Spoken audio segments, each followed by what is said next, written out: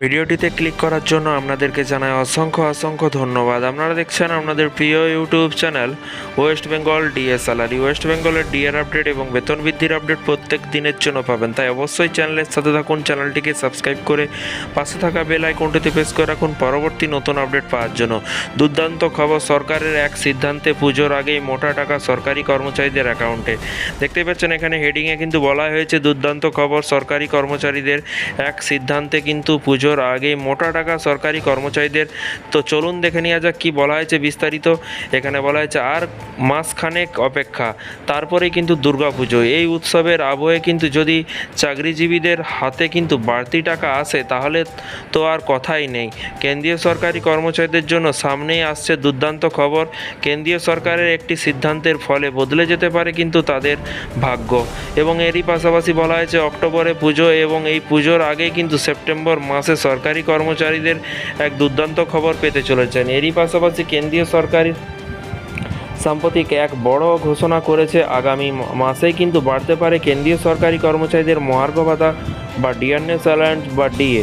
এরই পাশাপাশি দেখুন বলা হয়েছে এছাড়াও যারা পেনশনভোগী আছেন তাদেরও ডিয়ারনেস রিলিফ বা ডিআরও বাড়াতে চলেছে। সূত্র মারফত জানা যাচ্ছে যে সেপ্টেম্বরে ডিএ ও ডিআর বৃদ্ধির ঘোষণা করতে পারে সরকার।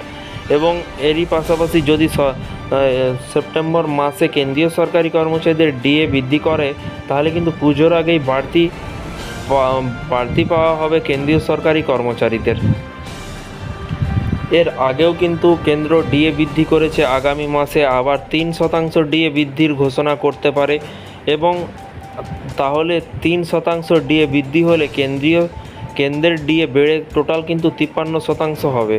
তো ফ্রেন্ডস, বিষয়টি বুঝতে পারছেন, দেশের করোনা চলাকালীন সময়ে কিন্তু ডিএ বৃদ্ধি করা হয়নি সরকারি কর্মচারীদের, তখন থেকেই কিন্তু ডিআর বাকি ছিল। ফলে কেন্দ্রীয় সরকার একসঙ্গে 18 মাসের এরিয়াও দেবে বলে কিন্তু বলেছে। এবং অল ইন্ডিয়া কনজিউমার প্রাইস ইন্ডেক্সের ভিত্তিতে ডিএ বৃদ্ধি নির্ণয় করা হয়। গত 2023 সালের ডিসেম্বর থেকে কিন্তু 2024 সালে জুন মাসের মধ্যে CPIW 2.6 পয়েন্টে বৃদ্ধি পেয়েছে। তো ফ্রেন্ডস, বিষয়টি বুঝতে পারছেন, এই কারণেই কিন্তু ডিএ 50.28% থেকে বেড়ে 53.36% পৌঁছে যাবে খুব তাড়াতাড়ি। তো ফ্রেন্ডস, এই ছিল আজকে একটি ছোট্ট আপডেট। এই ধরনের প্রতিদিন সরকারি কর্মচারীদের আপডেট পেতে চ্যানেলটিকে সাবস্ক্রাইব করে পাশে থাকা বেল আইকনটিতে প্রেস করে রাখতে ভুলবেন না। গত বছর 2023 সালে 18 অক্টোবর কেন্দ্রীয় সরকার শেষবারের মতো ডিএ বৃদ্ধি ঘোষণা করেছিল। এই ডিএ জুলাই মাসেই কিন্তু বৃদ্ধি করেছিল।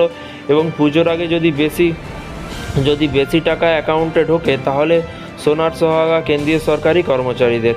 তো আবার নতুন ভিডিও দেখার জন্য চ্যানেলটিকে সাবস্ক্রাইব করে রাখুন পরবর্তী নতুন আপডেট পাওয়ার জন্য। রাজ্য সরকারি কর্মচারীদের আপডেট এবং সংগ্রামী যৌথ মঞ্চের প্রতি মুহূর্ত আপডেট কী করতে চলেছে, পরবর্তী পদক্ষেপ কী আছে ডিএ আদায়ের ব্যাপারে, সমস্ত কিছু আপডেট আপনারা এই চ্যানেল থেকে অবশ্যই পাবেন। তাই চ্যানেলটিকে ফলো করতে বা চ্যানেলটিকে সাবস্ক্রাইব করতে ভুলবেন না।